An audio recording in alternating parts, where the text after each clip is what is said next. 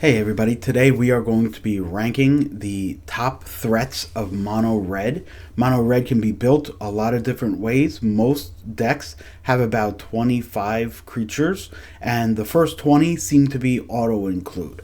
But those last 5 spots can be really make or break for your deck, can push your deck leaning towards one type of opponent or another, and they can make quite a bit of the difference. So in today's rankings, we are going to be ranking from top tier auto include 4 of all the way down to sideboard, and then a special category at the end for budget considerations. Again, this does not mean that the card is worse. It is not as competitive as the top cards are, but there are some budget considerations we need to take into account because this is a game for everyone. Mono red is generally thought of as a cheaper deck, mostly because you're saving money and wild cards on the rares, but most of the creatures that you're going to be using are in that rare category. So we do have a category at the end for budget. So I think we jump right in. We'll talk about the most commonly played cards first and see how well they stack up.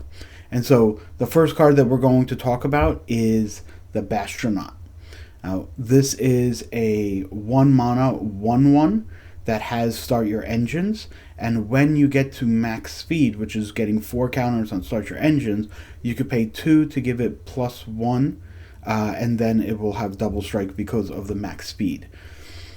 When I play this card seems to me to be a little bit on the overrated side, except for the fact that my opponents always use removal to kill this card as quickly as possible. If you ever get close to max speed, if your opponent has any kind of removal, they will point it to this card. And so this card is probably a 4 of auto include in all the decks. Do I think that it's the absolute top tier? No, I don't. I think it's a step below that. I'm going to put it here in main deck. Next up is Hired Claw, and this is something that will be top tier. This is a 1 mana for a 1/2, and when it attacks, it deals 1 damage to your opponent, and then you can pay 1 and a red to put a +1/+1 counter on it. This is an amazing mana sink in the mid game. If you are starting to flood out, you can make sure that you have counters on this every single turn, because that 1 point of damage happens first and then you attack. So you can, in between that point of damage happening and your attack, you can put the counter on there. So in almost all decks, this is a 4 of, and we will put this in top tier. Next up is going to be the Needlehead. This is 2 mana, which is red for a 2/2 that attacks with first strike, and during your turn it has first strike, and whenever your opponent draws a card, this deals 1 damage to them. This is punishing for control decks that want to be searching for their specific answers, because as they're searching for answers, they're getting pinged. This card is absolutely fantastic, a reason to play mono red, and for 2 mana, just a real wealth of value. The downside on this card is against some of the green aggro decks that can put out a 3 toughness creature on turn 2 or turn 3. This does get stymied there. It doesn't have menace like the Bastronaut does, and so when it just sits there against something like green aggro, it's not going to be able to do so much damage. That being said, I think it is top tier. I think it's a reason to play mono red.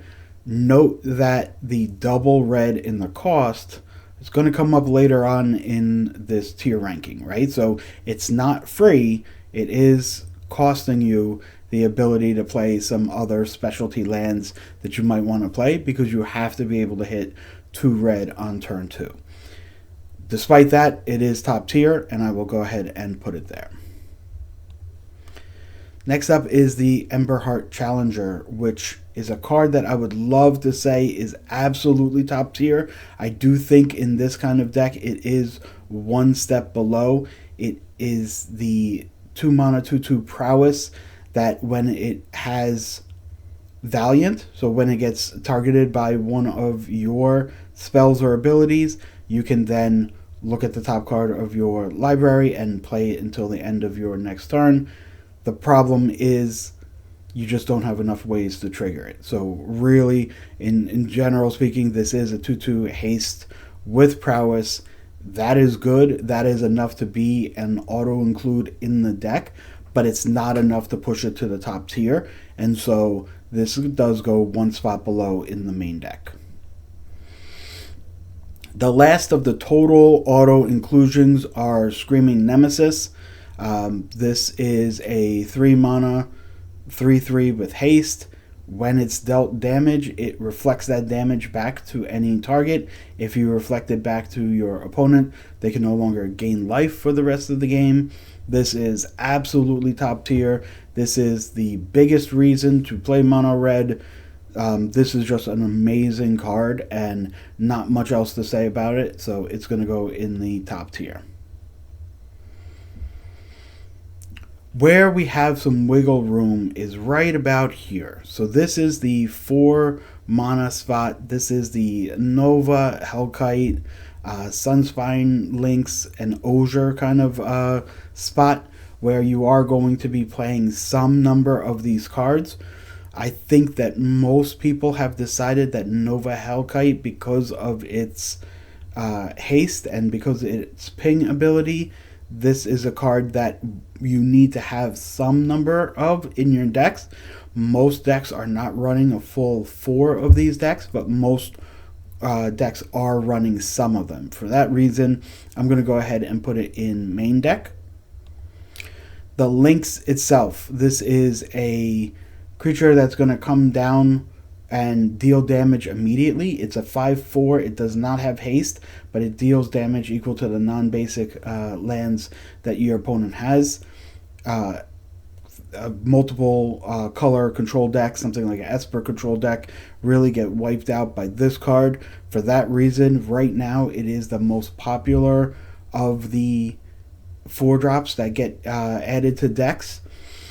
I think it's a little situational. I don't think that it's a bad card. If you have it in the main deck, absolutely no problem. But if you have it in the main deck, you probably don't have 4 copies of it in the main deck, right? And so for this reason, I'm going to go ahead and put it in the situational. It is great if it stays on the board, if it sticks and it attacks. I don't see you losing too many games when this is activated and attacking, right? But for that reason, it's situational. Another situational card that I really like is Osier. And what's special about Osier, it's a 4/4 trample for 4 mana. It turns all your pings into 4 damage spells, right? And so your Needlehead, if you are playing Scolding Viper, these type of ping effects, the Hired Claw, right? These are all much more impactful and are game-changing once you have Osier out. Now, Osier itself does not have haste, but all of these other cards that have these ping effects, these are all active when Osier comes out. For that reason, Osier is situational, but I think it's something that you should at least consider adding to your deck. And if you are playing the Scolding Viper build of mono red, then I think it is a main deckable card. Put it situation for now. Soulstone Sanctuary. This is a colorless land that turns into a creature. It is in most main decks, but only as a 2 of. It really depends on your mana requirements. If you are having a lot of double red cards like the Needlehead, right, it's hard to be able to get a lot of these in the deck. I think 4 is wrong. I don't think you should be playing that many. I think it will hurt your turn 2 more than it ends up helping you. And so I think somewhere between 2, 2.5 is probably a better answer if you are playing straight mono red. If you are splashing for blue for something like Scolding Viper, if you are playing the Boros version, I don't think that you really have too many spots for that. And so for that reason, I will put it in situational. It is very good, but just not not enough to get a 4 of, not enough to be an absolute staple of the main deck. Next up on situational cards, we are going to get to Scalding Viper. So this is a adventure card. The creature is 2 mana for a 2/1, and whenever an opponent plays a spell of converted mana cost 3 or less, it pings for 1. Obviously, if you have Osier, then it pings for more than that. And the adventure is 1 and a blue to return a non-land permanent to your opponent's hand. So you can play it straight red without ever having to play the blue, but if you are playing the lands that tap for red or blue anyway, you do have some extra flexibility with being able to put something back in your opponent's hand. I do think that this is situational, but right now, the way I'm building mono red, I do include it in the main deck. This is a card where it's all or nothing. You're not going to include 2 of them. You're either going to put all 4 in the deck, or you're not going to be playing any. For that reason, because it changes your mana base just for this one card. The effect of being able to put something back in your opponent's hand is more pronounced in an aggro deck where we need to be attacking every turn than it is in some other decks. And so for that reason, I personally am going to be putting this in the main deck. This is how I want to be building my mono red decks right now. If you choose not to build it this way, obviously no problem. There is some budget considerations on if you are playing this, you do now have to be able to support the lands that you need to be able to make blue in some cases. You don't necessarily have to make blue in every single game, which is great. You could easily get away with playing like 8 dual lands that tap for red or blue. So you don't have to make a huge commitment. But for some people and for newer players on a Magic Arena or on paper, that is a larger commitment than might seem possible at the time. So if you choose not to include Viper, certainly understand, but I think it is a consideration for the main deck. Another consideration for the main deck, whether you choose to play it or not, is Manifold Mouse. This makes Emberheart Challenger much better because you do have a triggered ability that not only puts out more power, but triggers the Valiant, which goes ahead and lets you take those cards from the Challenger. So for that reason, again, just like Viper, I'm going to put it in the main deck. This is a card that you want 4 of or none of. There's not really a number in between that you're going to be using. But this should be a consideration when you are building the mono red deck. Do you want to play Manifold Mouse? Right now, my answer is no. I'd rather be playing Scalding Viper, but that does change quite a bit, and if it changes for you, I certainly understand. I'm going to put it in the main deck because, again, 4 or nothing, I think that's what you really want to be doing here. Moving on to some niche cards, the next card I want to talk about is Magebane Lizard. 2 mana for a 1/4. Whenever a player plays a non-creature spell, it pings them for 1 damage for each non-creature spell they played this turn. This is most likely seen in the sideboard, although in some budget builds you can go ahead and play this in the main deck if you are expecting a lot of control decks. This deals quite a bit of damage. It does hit you also if you are playing your removal spells, so please keep that in mind. That being said, it is so good against some of the control decks that I'm going to rate this situational instead of sideboard. Most people are going to decide to put this in their sideboard to start, and I certainly understand that decision, but I think it does take some consideration. The fact that it's in the main deck of some of the budget builds, I'm going to just rank it there for now. One of my personal favorite cards is Tursa Lightshatter. This is a 3 mana 3/3 with haste. When it enters, discard up to 2 cards and draw that many cards. And when it attacks, if there's 7 or more cards in a graveyard, you can exile 1 of them and then you could play it this turn. So 3 mana 3/3 haste. Same base stats as Screaming Nemesis. Obviously, nowhere near as good, but it also discards up to 2 cards and draws up to 2 cards. If you ever play this deck, because you need to go up to 4 mana, you are playing a decent number of lands, and so you do have the chance of getting land flooded, and to be able to dump 2 lands and then end up with 2 spells or a land and a spell is certainly something that I really like to see. I'm going to put this up to the situational tier. I think 2 of them in a deck is probably the right number. I'd love to be able to get rid of extra lands in my hands when you don't need them, and so you just make sure that you're not drawing blanks on that crucial turn 4, turn 5 of mono red matchups.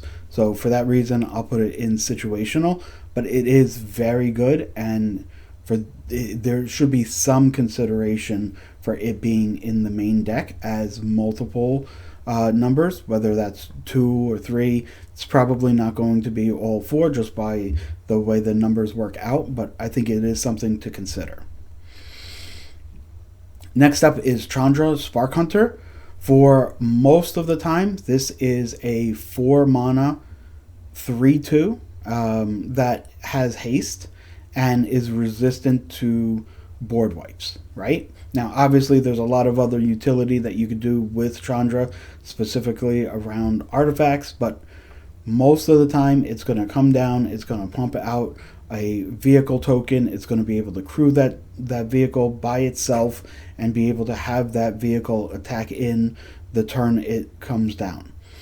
This is a really great effect against control decks. If your entire meta was control decks, you could think about putting this in the main deck, but right now I think this is something that is perfect for the sideboard.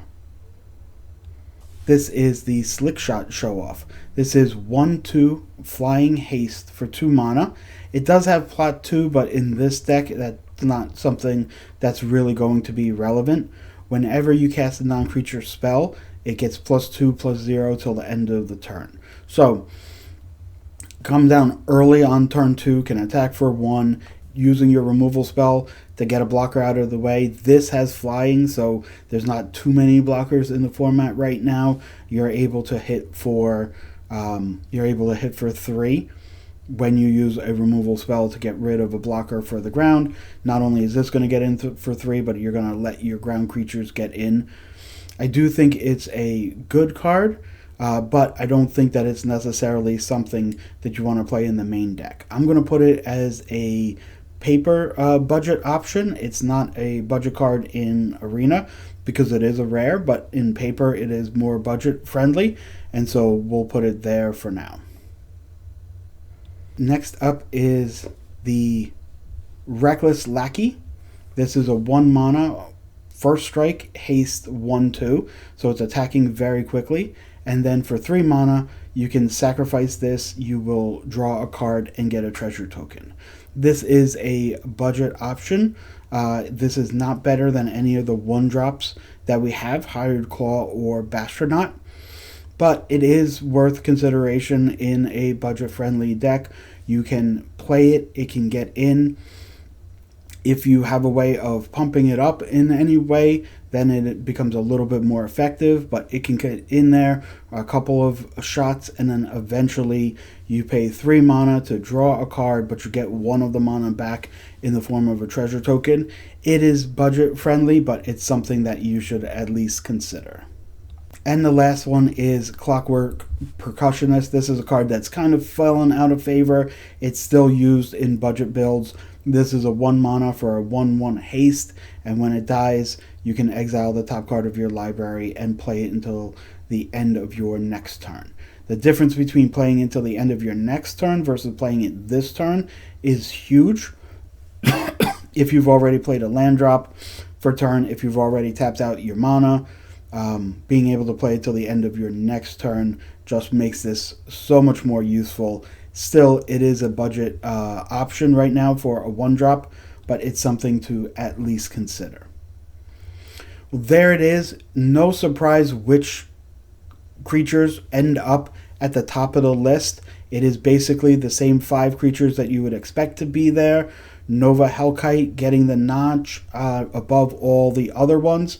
And then Viper and Manifold Mouse, really serious considerations when you're building the deck. These should be either 4 ofs or 0 ofs, right? And then you can go ahead and pick what kind of 4-drop you want to have. If you're picking Osier, then the cards that have that ping ability just become a little bit better. If you're dealing just straight stock list, then something like Sunspine Lynx becomes that much better.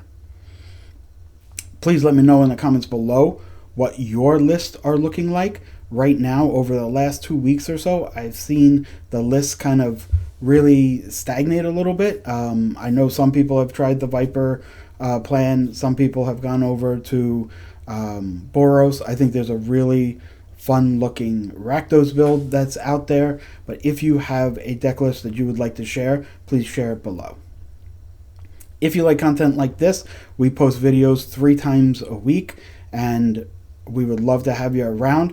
Click the like and subscribe button. If you subscribe, then you never miss a video. Again, 3 times a week. They come out pretty quick, so subscribing is your best chance to be able to see all of them. If you'd like to support the channel, in the comment below, there is an Amazon web store. If you click a link and purchase Magic or any other products, it's no cost to you, totally free, but we do get a couple percentages from an affiliate link. That helps support growing channels like this one. Until next time, have a great day.